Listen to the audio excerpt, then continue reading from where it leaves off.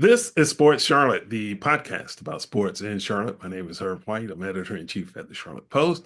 And as usual, there's Cameron Williams, staff reporter at the Post, who is today calling himself man of many hats. That's right. I am a man of many hats. We both are a man of many hats, except I just happen to have a hat collection and one that includes all three of our topics today. So I'll let you introduce the first one, and I will get my hat ready. Okay. Well, for sure, one of the hats is not baseball. So, yes, you may uncover and oh, there you are. The PGA Championship over at Quail Hollow Club. Do not say Quail Hollow Country Club. That is It will get verboten. on to you. Yeah, but it is what it is. Quail Hollow Club. And the big story so far, keep in mind this is being recorded on Saturday, May 17, 2025. The big story so far has been the weather. It Yeah. has been hit and miss. And early impressions, 2 rounds in of soaking at Quail. Yeah. Well, like you mentioned, it has been a complete downpour early in the week. I know Tuesday I went out and just listening to the rain pelt the media tent. Well, you were there. I mean, you Oh yeah, heard it.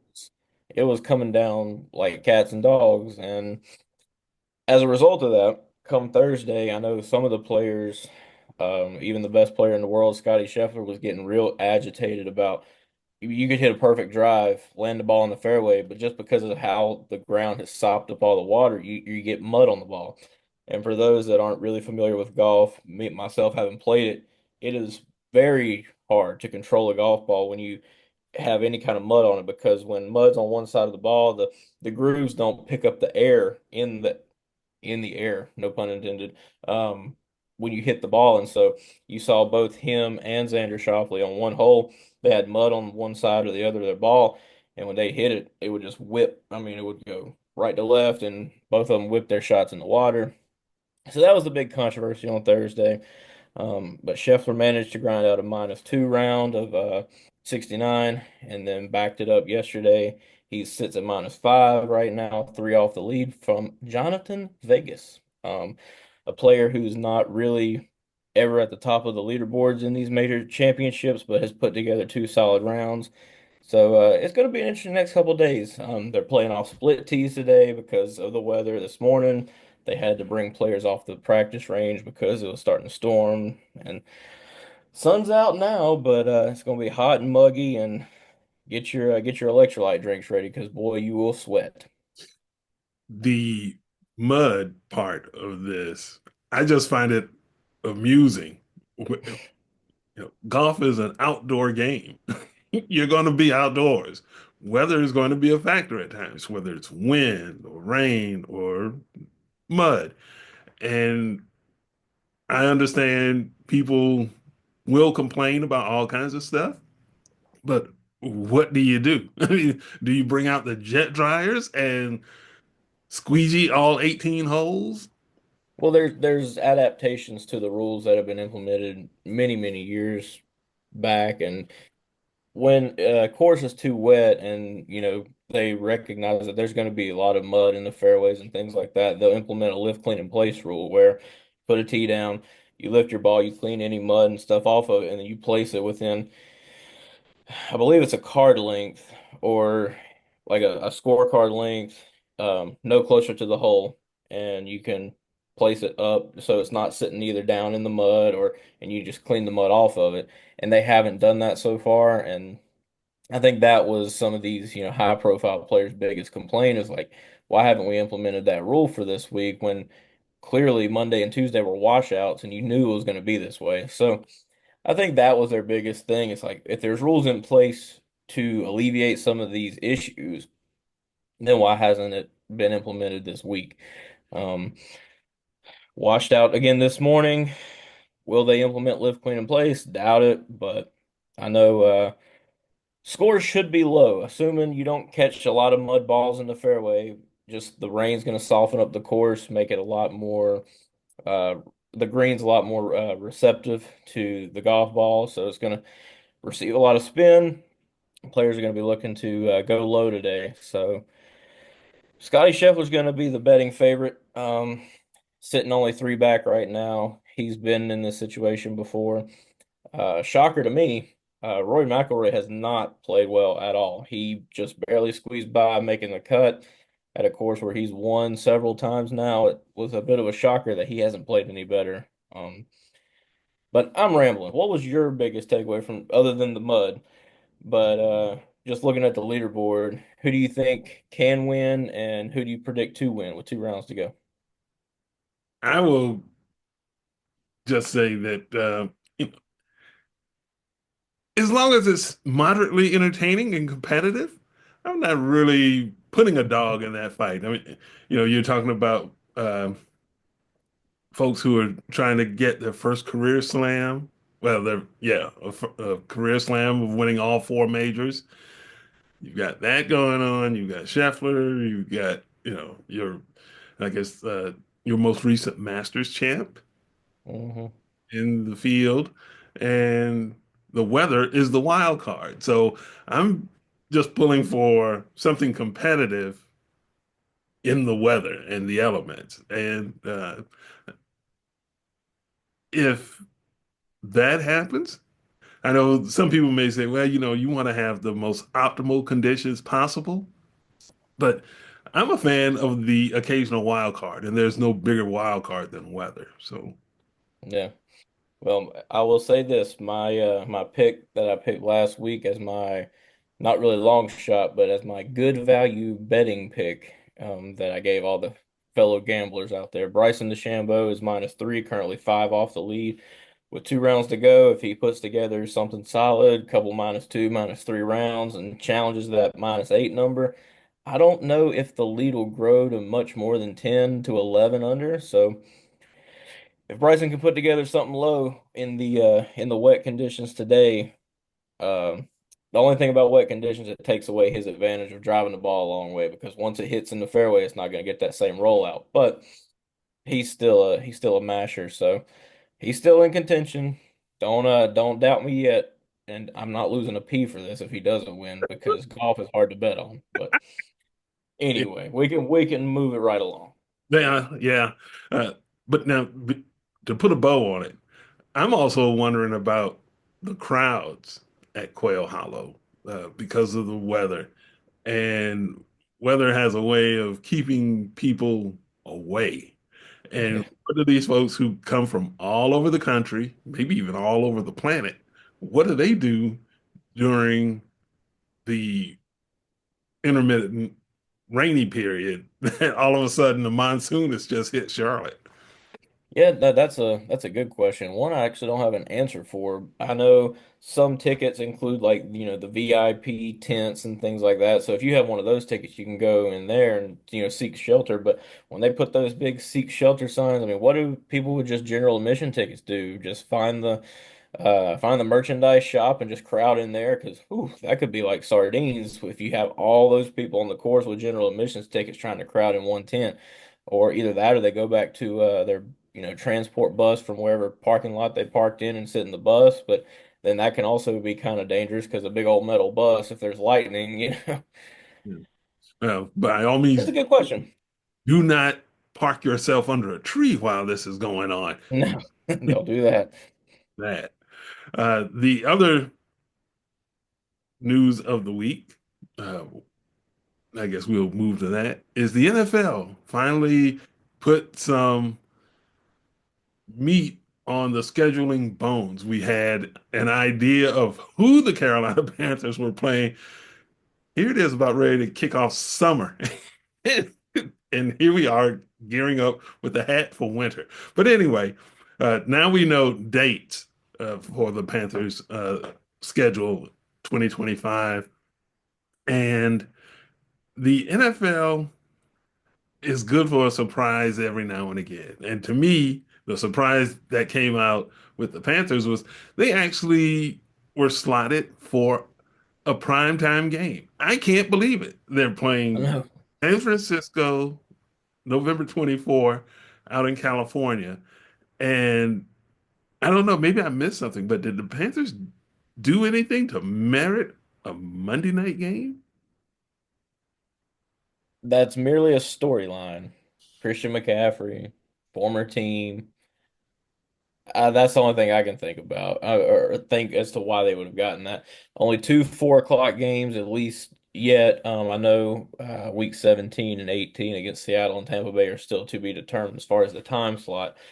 But other than the Arizona game week 2 and the New Orleans game in week 15, all 1 o'clock games other than that prime time one. So nothing new for Carolina fans, but my biggest thing was, man, we had to wait 2 weeks before the Panthers are at home. So I mean, they won't be at home till September the 21st, unless of course you go to the preseason games, which they'll have two here. But looking at the schedule, I think overall my general takeaways is other than Buffalo, Green Bay, and maybe, I mean, I say maybe because I don't think Dallas is going to be that great this year. Maybe Dallas, they got some winnable games.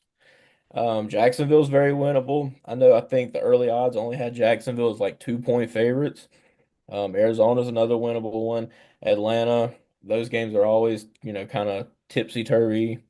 New England, not the not the New England that everybody wants new. So if I had to give a record prediction, I think the Panthers can get to 6 wins, 6 or 7. I mean, the schedule isn't super tough. I mean, yeah, Los Angeles is in there, but there's some very winnable games on this schedule. Yeah. And I thought I had heard somebody say that the Panthers had the fifth easiest schedule in the NFL this year. That would make But, sense. but that I think is kind of like a red herring because all that's based on what teams did last year. And of course, in the NFL, we've seen time and time again, you can go from worst to first in your division just like that. Yeah. So I'm not exactly feeling all that. Oh yeah, they've got an easy schedule. No, based on last year, they have an easy schedule, but you really don't know. And the Panthers picked in the top 10 in last month's draft for a reason. They had one of the worst records. So who's to say that they've upgraded enough to become a real threat in the NFC South?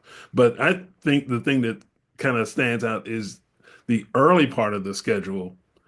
If they are indeed an improved team, if they've improved enough, they could make some hay early in this schedule. You talked about Jacksonville, Arizona, Atlanta, um, all rebuilding to varying degrees. You get out of the gate 3-0, or in those first 7 games, 5-2, 4-3. Now you're feeling pretty good about yourself. And Yeah. the emotional content that's involved there is like, well, we're off to the best start in forever. Now, how does that set up for those final 10 games of the season when it may get a little bit more problematic, but still some winnable games in there? Uh, Maybe the Rams and Green Bay aren't that winnable, at least Buffalo. Buffalo, yeah. But everything else, it sets up fairly nice for the Panthers. And then if you're also talking about the division they're in, the way the South is, they could sweep it. Or they could lose all six. So Yeah. there's just a lot of unknowns at this point, and rightfully so, because we're still in May. Uh, things have not turned out in terms of injuries, which hmm always happen, lineup changes, ineffective play, all that other stuff is out there. And no, we don't know how it's going to turn out. But I just think that this schedule is one where if the Panthers are indeed an improved team, then we'll find out how improved, and this schedule will reveal a good chunk of their progress or lack thereof. And I think your 6 win prediction is in the ballpark.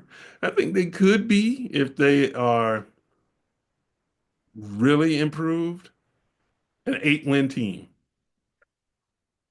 if they're really improved. I mean, keep in mind now they won 5 games last year and were in contention against a couple of teams that wound up in the Super Bowl last year. And one could argue they should have won those games. So if they are anything better than what they were last year, 8 shouldn't be out of the realm of possibility. So riddle me this: before they hit that stretch of Buffalo, Green Bay, New Orleans, Atlanta, San Francisco, LA. So what should their record be for them to be feeling optimistic? So they got Jacksonville, Arizona, Atlanta, New England, Miami, Dallas, the Jets. That's the first 7 weeks. Uh-huh. What if their record is what after that stretch of what I would deem the easier part of their schedule? What would be optimistic? What would be like, hey, that was a good start to the season. If they're 5-2, I think Ooh, you have to take them seriously. okay. 4 and I'm 3 may be on the fence. It's like, okay, well, how much of that is a mirage versus how much of that is the truth? If they're 5-2, I think you have to start taking them seriously. Fair enough. Fair enough. I think, like I said, I think 6 wins it should be the marker that fans are looking for. If they get to 8, man, but you might start being quadruple P. I might give up the crown and just let you be quadruple P if they get to 8 wins. I mean, a team that was less than stellar, to put it nicely, a season ago. If they were to rebuild and get 8 wins this season, hats off to them. No pun intended. Well, they did play better in the last half of 2024, and they played better despite having a historically atrocious defense. If Mm, the defense is better, the offense is relatively healthy. Bryce Young takes another step forward. Yeah, I could see 8 if they are uh, intentionally moving in the right direction. I could see that. fair enough. Well, as we shift a couple streets over amongst the skyscrapers in Charlotte, let's talk about the Hornets Yep. and A them new hat. missing out on, huh? Time for a new. Yeah, time for a new hat and them losing out on the draft lottery again. Mm-hmm. Bud City. It's an annual occurrence, like the Swallows traveling to Capistrano, the Mm, Hornets not doing very well in the draft lottery, which is necessitated because they are pulling up with another subpar record. So it's like, okay, well, these things happen all at once. You yeah. play poorly, you have a poor record, you get into the lottery, you have poor luck in the lottery, rinse, repeat. We'll see you again. Well, at least in my story, we didn't dive into the conspiracies, but we get off the rails of the crazy train a little bit on this podcast. I mean, after all, we didn't talk about Bill Belichick and Jordan Hudson the other week. So let's talk just for a brief moment about conspiracies and why the Bugs keep getting held down. As I'm watching this draft lottery, I'm like, okay, Charlotte's, they're hadn't been picked yet. I mean, I'm see as the pessimist I am, I'm expecting to see like, oh, number 10. But they kept moving up, and then they pick Utah and they pick Washington fifth and sixth, and I'm like, okay, that's not good. And I get some of these things happen because of pick trades and swaps and all this stuff, but nonetheless, these teams that are swapping picks still lucked up and got in the lottery, so or in the top four rather. So what I'm saying is, you have a major market team in Philly. Hmm. You have the next great thing in Victor Wembanyama and San Antonio picking second and Popovich retiring. I know that's one of your big things, sending or giving them a top pick because Popovich retired and giving him his glory. But then you have Dallas, who lost a generational, one of the best, if not the best point guard in the league in Luka Doncic. He got shipped off to LA. and the Mavericks wind up getting Cooper Flag. Irony or rigging? Hmm. I guess it depends on how you view the world.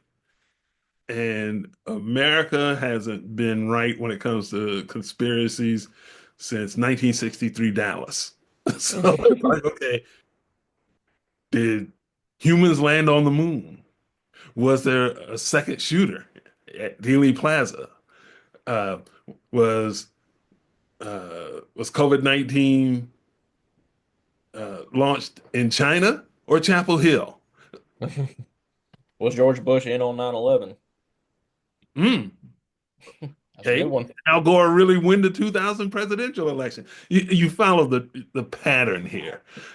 So I don't know if there's how much credence there is to an actual uh, fix, if you will. You know, allegedly, journalists were in the room while the ping pong balls were being uh, pushed around in the machine and all that other stuff. Of course, now we don't know exactly what the markings were on those balls. We don't know whether they were weighted or anything else. I mean, did you get to feel them and all that other stuff before they Yeah. went How into close were those reporters to said ping pong balls, or were the people, the NBA execs picking them things, they get them out and be like, yeah, okay. yeah. So, It's super ironic to me that every year you have, I mean, you had three teams all with the equal chance, 14% to get the top pick, and only one of them picked in the top four, and they picked fourth. yeah. To me, it's just, it seems fixed. I mean, there's no way, unless we did some really deep diving, and that's out of our budget to do that kind of resource or that kind of investigative reporting to figure out if there was a fix. We got a team with a 1.8% chance to win the lotto that won. And then San Antonio had 6% chance to win, and they ended up picking second. Something just didn't right. Um, And it's it like they wouldn't want, be so bad if the NBA lottery didn't have this history of odd finishes. yeah. I mean, some real odd finishes in terms of, oh, well, that team that has the worst record, the most ping pong balls, winds up picking 11th. So, you know, stuff like that. While the Dallas Mavericks somehow wind up with the first pick and have the worst odds. So it's like, Yeah. Yeah. go And figure. see, as a Chicago Bulls kind of fan, I grew up liking the Bulls. I mean, I know they benefited from it more than anyone in recent memory with Derrick Rose. I mean, they had a 1.7% chance to win the lottery that year, and they ended up getting one of those generational type players in Rose. I mean, he was everything and then some until he had his ACL injury in 2012. But again, it seems fishy. No way of really proving it, but again, here we are sitting mid-May, and the Hornets are screwed out of a top pick. Now, I want to shift into trying to be optimistic. Mhm. Two players that I kept my eye on that they could possibly get here. VJ Edgecombe is the more likely of the two, but Ace Bailey, from Rutgers at 16. Well, okay, there was a issue with that too. He's listed at 6'10", but when he was measured at like 6'7" barefoot. So unless he's got some really big shoes, Rutgers was Warm sneakers. fudging the numbers a little bit. But nonetheless, still a really great player. He's very lengthy, can alter shots at the rim, but he can shoot pretty well for a tall guy. He would fit right into the four role, I think. If you shifted Miles Bridges over to the three, let Brandon Miller play the two, I think Ace would fit right in at the four with Mark at five. But there's a good chance Philadelphia is going to take him before Charlotte is able to. But if you look at VJ Edgecombe, guard from Baylor, um, bit of a raw talent right now, 3 and D type of guy, but can be athletic and finish at the rim. He's not Cooper Flag, but he is a very resourceful player that I think the Hornets could take. Or, and I wanted to get your thoughts on this. What if you traded back to 11th? The Portland Trailblazers pick at 11th. And looking at their roster, the Hornets said, okay, give us Anthony Simons, guy who's averaging almost 20 points. Give us Anthony Simons and your pick, and we'll give you our fourth pick. Would you take it? No. Guy who could shift right into the shooting guard position, play beside LaMelo Ball, move Miller over to three, and let Miles remain at four. An No. established player that you know is good. Well, I guess, but is that enough to make you say, yeah, let's swing that trade? To me, if you're talking about, you know, the draft is going to be about two things. If you're looking at trades, you're trading players and you're trading assets. I don't think the Hornets would get enough of either to get out of that fourth slot. So now, if a Portland or some other team say, okay, we're going to send you a couple of starters and a pick or two to jump up to fourth, what do you think?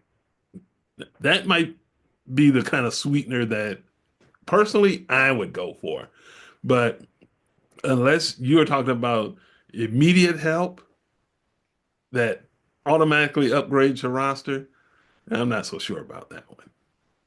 I just think what you run into there is you could be asking for a little too much because you don't know what you're getting right now with VJ Edgecombe. You know on paper all the things that scouts say about him. But if you're Portland or whoever's picking down a little bit, Houston or Toronto, you're you're not like sold on this player because the draft class, regardless of what Charles Lee wants to try to say, it's not very deep. This is very similar, in my opinion, to the Wembanyama draft. It's like you have the guy, and then you have some very serviceable guys after that. But after Cooper Flag and Dylan Harper, he's pretty solid. Ace Bailey, pretty solid. But then you got VJ Edgecombe, and you're not going to get two starters on any NBA team for a guy who, let's be honest, there's not much really known about him, how his game's going to translate. One, I think they might could swing that. So if you trade 4 for 11 and Anthony Simons, I think a team would be more willing to hear that than say, okay, give me Simons and DeAndre Ayton and your 11th pick for number four. That ain't happening. Yeah. Um, But so on the other hand, if you're talking about a salary dump, yeah, that could well, factor in depending on who really wants to move contracts as well. yeah, So that'd free up over almost 60 million for Portland if that were the case. yeah, and so there'll be, I would imagine, there will be some conversations with everybody except Dallas because it's like they've already said, no, we're comfortable taking Cooper Flag at number Yeah. one, and the rest of you can start the draft after that. So, Yeah. but I think that is, you know, maybe what the Hornets need to do is start thinking about trying to attract some free agents or getting back into making some trades. And you're going to have to open up the old wallet to get the kind of talent that's needed to pick this franchise out of the mud. And that's where they are right now. That's the truth. You said one key word, and we'll kind of wrap on this because I know that Zoom's going to kick us out soon. But you said attract some free agents. What is attractive about a city who ain't won, Anything. getting a little too southern, that hasn't won very much of anything? There we go. I was going to say, never mind. They haven't won in a very long time. Hmm. They can't, for the life of them, have any better luck in the lottery. So if you're a free agent and you're thinking, where should I go? What is screaming Charlotte other than if, Rick Chanel and Gabe Plot can say, here, we'll just give you the bank. What's bringing anybody here right now? That's the ultimate question because just like with, it's almost like AAU ball. where it's like, okay, well, the players get together and they say, but yeah, come on and join me here or whatever. And the one person who might be able to interest free agents to show up is LaMelo Ball. Hmm. And he's not necessarily the most durable person out there. And is that really enough to make anybody say, yeah, I will go to Charlotte just for the chance to play with LaMelo Ball, as opposed to I could go to Los Angeles, and even if LeBron James isn't LeBron James, it's still LA. It's still the Lakers. Uh, Hmm. and Charlotte might be in the same boat as Atlanta, where you've got one fairly dynamic player, but it's And at the rest. yeah, Hmm. yeah. So the only thing that might be able to equalize things is pure money. It's like, yeah, we're going to pay you really big bucks to show up because doing it the homegrown way isn't working or it hasn't worked. So Hmm. either the Hornets have to hit big on some drafts to build that roster out, or you're going to have to spread some money around. And that is no guarantee either of having success because if you're talking about a veteran player who wants to go championship chasing, this isn't the place to start. You know, Yeah. Well, that brings up a good point. My mind's always I'd be great in the NBA front office when it comes to trades because I'm always cooking up stuff. Look at number 7. You got New Orleans sitting there. Say we'll give you Miles Bridges and our fourth pick for Zion Williamson and your seventh. I think there might be some interest there, but is Zion Williamson still that dude? I don't think, well, when available, I can't say he's better than Miles Bridges, or can't say he's not better than Miles Bridges. He doesn't shoot quite like Miles, but that man can finish with the best of them. And If he's he's around. much, well, yeah, but that was my next point. He was much more available this past season than he has in his first few. So the durability factor seems to be on the rise. But then, like I said, my brain's always coming up with trade possibilities. Yeah. What if the Wouldn't be Hornets said, surprised though if the Hornets actually do something with the trade. I wouldn't be surprised. what if you told Dallas we'll give you LaMelo Ball and Mark Williams for the first pick? No, You wouldn't do that. nope. All right, fair enough.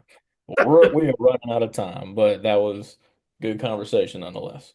Yeah, and we appreciate everybody who is watching or listening to the podcast. And do us a favor, do us the honor of going to the charlottepost.com and becoming a donor or a subscriber or subscribe to our sports newsletter. It comes out every Thursday. And we've got all kinds of stuff that we're working on constantly. And we would appreciate you supporting that work because journalism is accessible and it's free to access, but it isn't free to produce. And we need your help to keep us on the road producing the journalism that you have come to know and enjoy. So, for everyone at the Charlotte Post over in beautiful Derrida, even though they're not necessarily at work today, I'm Herb. And I'm Cam. Thanks for watching and listening.